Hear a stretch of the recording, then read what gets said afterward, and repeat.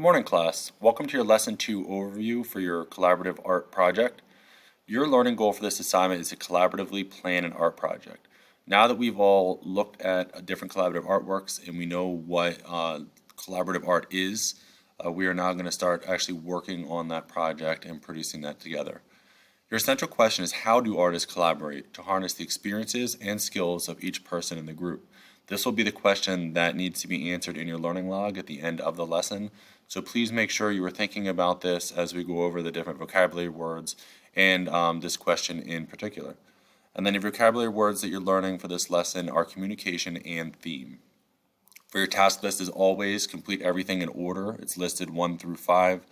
First, you'll watch the Lesson 2 vocab video. This will give you the answers for your Lesson 2 entrance ticket.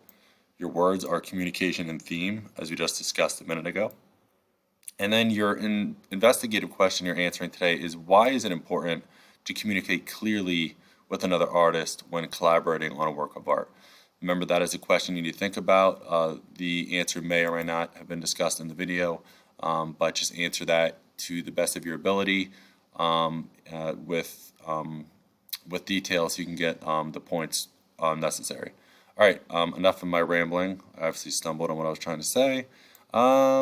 Next, how to blend and layer oil pastels. This is a very important video to watch.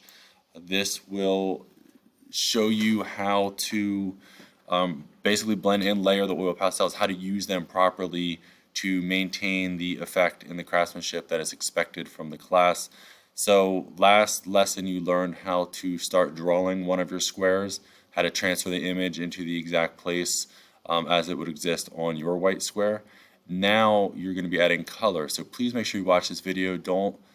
Please don't think, oh, I've used pastels before, I'm going to skip this. You might actually learn a new technique or a strategy that will help you with this, so please watch that.